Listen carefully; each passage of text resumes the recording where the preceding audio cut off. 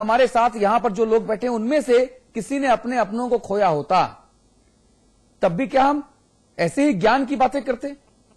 हमें समझना होगा हम अपने आप को आम लोगों से अलग क्यों समझते हैं। एक खास का उदाहरण दे दूं, अभी दिमाग में आ गया, अब दूंगा जरूर उदाहरण। धीरेन्द्र भाई, 84 में आप लोगों ने संयम क्यों नहीं रखा था? 84 में आप लोगों ने संयम क्यों नहीं रखा था? पूरा देश जला दिया था। राजीव गांधी ने कहा दसियों हजार लोग, बड़ा पेड़ गिरता है तो धमक होती है, जिंदा जला दिए, टायर बांध के जला दिए, दाढ़ी और केश में आग लगा दी। कश्मीर से कन्याकुमारी तक ये हिंसा हुई थी या नहीं हुई थी? और आज अगर सरकार में उत्तराखंड में आप लोग हैं, आप संयम नहीं रख पाए, जिनको 40 साल सरकार चलाने का अनुभव था, जो गांधी नेहरू के पॉलिटिकल उत्तराधिकारी उससे आती थी पार्टी, जिस पार्टी में पटेल रहे, आजाद रहे, वो पार्टी संयम नहीं रख पाई थी। 84 में मैंने आंखों से देखा था, कहीं सुनी बात नहीं, अखबार में पढ़ी और टीवी में देखी, आंखों से देखा था जलते हुए लोगों को। और यहां पर तो उत्तराखंड के लोगों को नमन करना चाहिए कि अपनों को खोने के बावजूद इतनी घोर निराशा सरकार से और आप लोगों से उनको मिली। सिस्टम फेल्योर हो गया, राम भरोसे लोग हैं, मर रहे हैं, तब भी आपके प्रति हिंसात्मक नहीं हो रहे हैं। वो सिर्फ रोटी मांग रहे हैं, कंबल मांग रहे हैं, पानी पीने को मांग रहे हैं। अन्यथा 84 में आपने तो जान मांग ली थी, जान। कंबल रोटी नहीं मांगी थी 84 में। और मैं उत्तराखंड के लोगों से चाहिए जान। और मैं उत्तराखंड के लोगों से अपील करता हूं कि आप अपने इस गुस्से को खत्म मत होने दीजिए, लेकिन इसकी अभिव्यक्ति का जो तरीका है वो वोट की चोट से होना चाहिए, वो हिंसा के थ्रू नहीं होना चाहिए।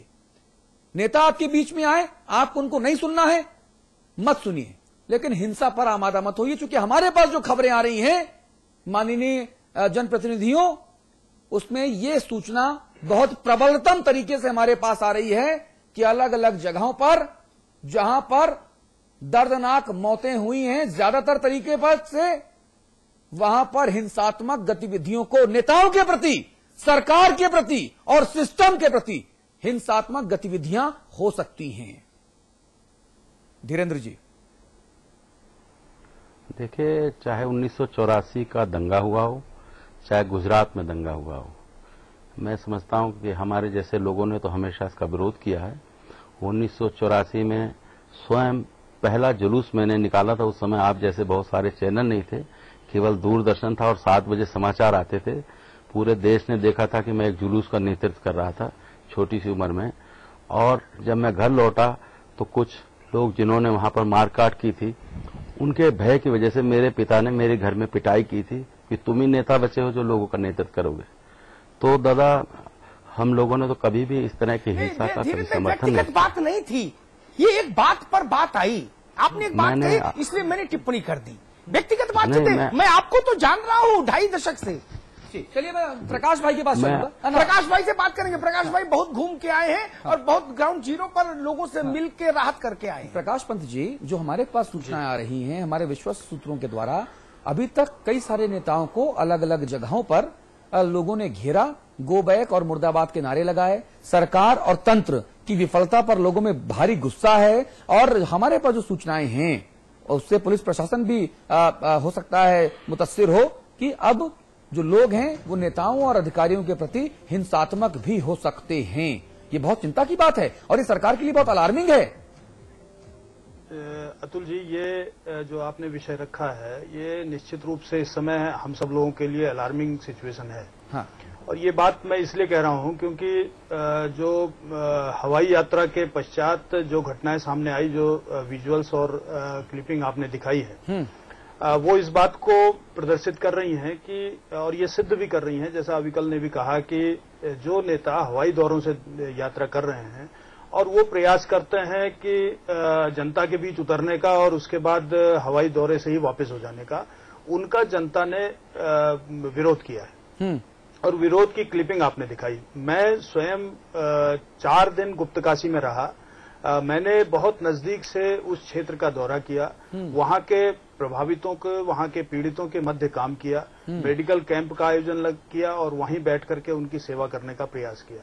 मुझे किसी ने कोई ऐसा अपशब्द न कहा और न ही किसी ने कोई विरोध का विषय कहा। उनको ऐसा लगा जैसे उनका ही भाई उनके बीच बैठा हुआ है। मैंने ये प्रयास इसलिए नहीं किया कि हम कोई झूठी वाहवाही लूटें, बल्कि सच्चाई यह है कि आज उन पीड़ितों के मध्य काम करने की आवश्यकता है। अगर हम राजनीति करने के उद्देश्य से उनके मध्य जाएंगे तो उनका गुस्सा स्वाभाविक तौर पर आक्रोश में बदलेगा और वो आक्रोश किसी भी परिणति पे जाकर के समाप्त हो सकता है। आज आवश्यकता किस बात की है कि अब समीक्षा अगर हम करने बैठेंगे तो बहुत चीजें खुलेंगी और उसमें ये बात भी खुलेगी कि 4 दिन व्यतीत हो गए थे, 16, 17, 18 और 19, लेकिन इस सरकार लगातार झूठे आंकड़े देती रही, दिग्भ्रमित करती रही पूरे देश की जनता को कि कोई बड़ा प्रकरण नहीं हुआ है, छुटमुट घटना हुई है और ऐसा ये आपदा में हो जाता है और ऐसा अक्सर हो जाता है। और 19 तारीख तक कोई भी प्रबंधन सरकार का धरातल पर नजर नहीं आया।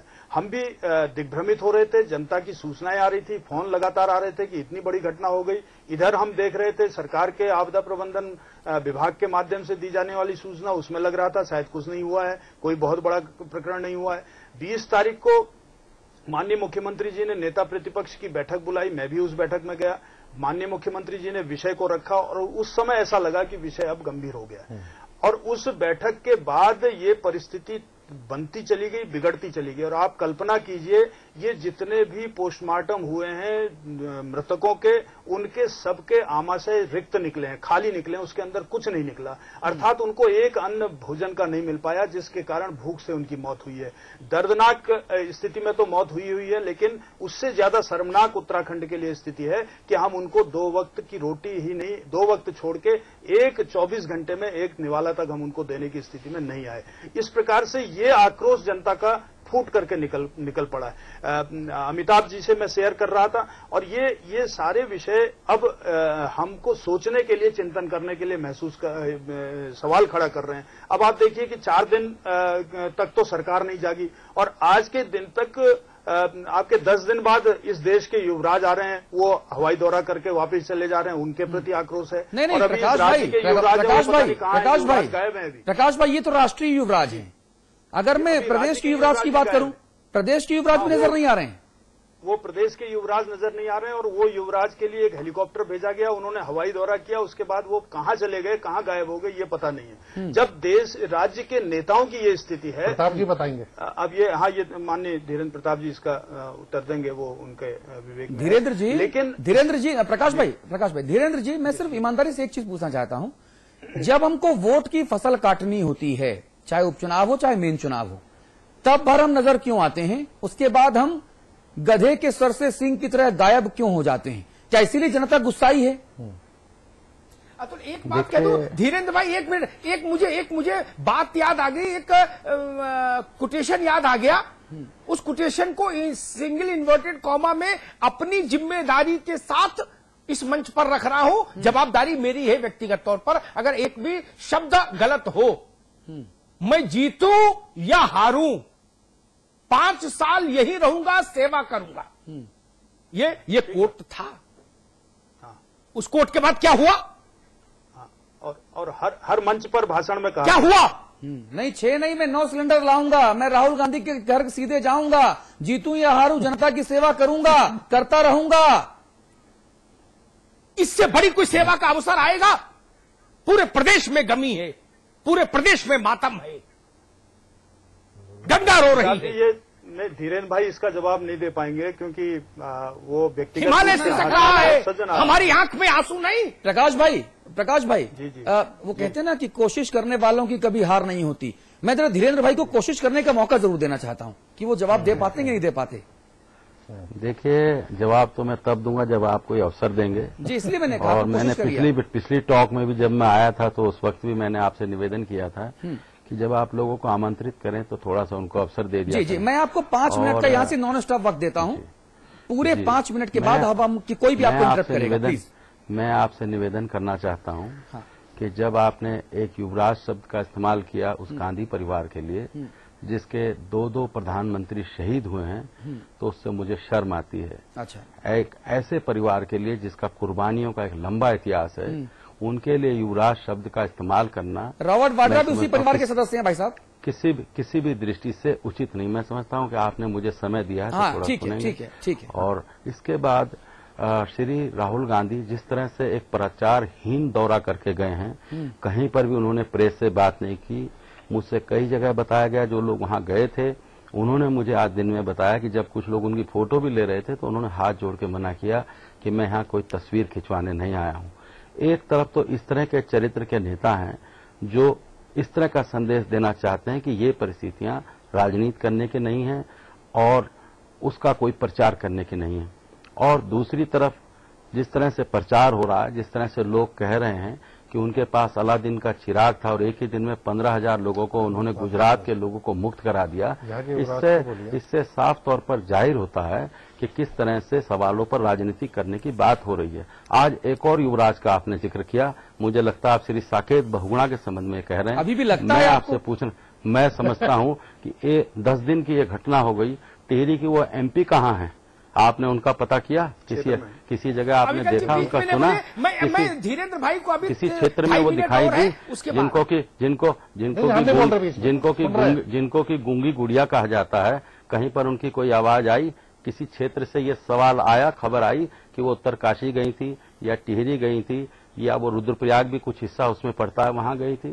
तो इस बात को कहने से कोई फर्क नहीं है। मैंने पहले निवेदन कर दिया कि ये समय न राजनीति करने का है, ये समय संयम से काम करने का है, विवेक पर नियंत्रण रखने का है, आक्रोश में ना आकर फैसले करने का है। मेरी मीडिया से भी निवेदन है, न केवल पॉलिटिकल पार्टी से बल्कि मीडिया से भी निवेदन है कि अगर वो लोग ये चाहते हैं कि राजनीतिक प्रजातंत्र में राजनीतिक दलों का कोई रोल खत्म नहीं होने वाला, मीडिया कितना ही राजनीतिक दलों को क्रिटिसाइज कर ले, they are there and they are to stay there, ये हमारी कॉन्स्टिट्यूशनल प्रोविजन है। ना ये जनता की मजबूरी है, ना ये जनता की मजबूरी है भाई साहब, मीडिया की मजबूरी नहीं है। आप क्या समझते हैं कि 4 चैनल अगर ये आप क्या समझते हैं अगर आप ये कह देंगे 4 चैनल ये कह देंगे कि राजनीतिक दलों को हटा दो तो यहाँ तानाशाही आ जाएगी? राजनीतिक दलों को ही स्वीकार करना होगा। मेरे भाजपा के साथी बैठे, इनको तानाशाही है, स्वीकार करें। किसी को राजनेताओं में तानाशाही इसी वजह से, इसी सोच इसी विचार के तहत। अभी 1.25 मिनट बाकी है, 1.25 मिनट और जी। मैंने आपसे निवेदन किया जिस तरह से, अगर मैं समझता हूं मीडिया को ये कहने की जरूरी है कि वो इस बात को देखें। मैं आपसे एक बात और कहना चाहता हूं, आपने हेलीकॉप्टर्स की बात की, मैं आपके साथ हूं। मैं हेलीकॉप्टर से बहुत सारे दौरों से सहमत नहीं हूं। मैं पार्टी की तरफ से, पार्टी के भीतर भी इस बात के लिए पहले से भी लड़ता रहा हूं कि हेलीकॉप्टर्स के कम से कम दौरे होने चाहिए, लेकिन इस तरह की परिस्थिति इस तरह की आई हुई है कि कई जगह लोग नहीं जा सकते हैं। अब इक्का दुक्का लोगों ने जहां पर अगर गलत ढंग से उसका इस्तेमाल किया, पार्टी में राहत सामग्री नीचे फेंक कर मंत्री हवाई टूरिज्म कर रहा है, आपदा पार्टी में टूरिज्म है। लोग इसके खिलाफ लड़ाई 30 सेकंड बचे हैं, 30 सेकंड, बात खत्म हो गई। धीरेन्द्र भाई 30 सेकंड बचे हैं अभी। नहीं, मैंने आपसे निवेदन कर दिया। आप 30 सेकंड अब आपके निवेदन पर तीन बिंदु मेरे सामने आते हैं। राजलक्ष्मी शाह भी कटघरे में है, लेकिन राजलक्ष्मी शाह कटघरे में है, इससे दूसरा वेल आउट कैसे हो जाएगा? सवाल नंबर 1। राजलक्ष्मी शाह कटघरे में है, इससे कोई दूसरा वेल आउट कैसे हो जाता है? दूसरे को जमानत कैसे मिल जाएगी? ये सवाल है। मैंने कथन कोट किया था और पूरी जिम्मेदारी से कहा था कि मैं जिम्मेदारी लेता हूं शब्दशः। उसका उत्तर नहीं आया। आपने कहा मीडिया भी संयम बरते, सब लोग विवेक से काम करें, प्राणियों में सद्भाव हो, स्वागत है। मैंने कहा था 1984 में क्या हुआ था? हुकूमत चलाने वाली पार्टी संयम नहीं बरत पाई थी। उत्तराखंड को संयम की सीख देंगे क्या हम? उत्तराखंड से ज्यादा संयमी लोग और कहां मिलेंगे हिंदुस्तान में? वो गरीब लोग मर रहे हैं भूखों, लेकिन सिर्फ पानी मांग रहे हैं, रोटी मांग रहे हैं। नहीं, आपको पता है वो क्या मांगते? वो मांग सकते थे जो 84 में मांगा गया था इस देश में। मांग सकते थे, क्या कर लेते? छीन सकते थे। आर्मी गोली चला के मार डालती क्या सबको? क्या स्थिति बनती इस प्रदेश की? अंदाज नहीं धीरेन्द्र भाई, अंदाज नहीं।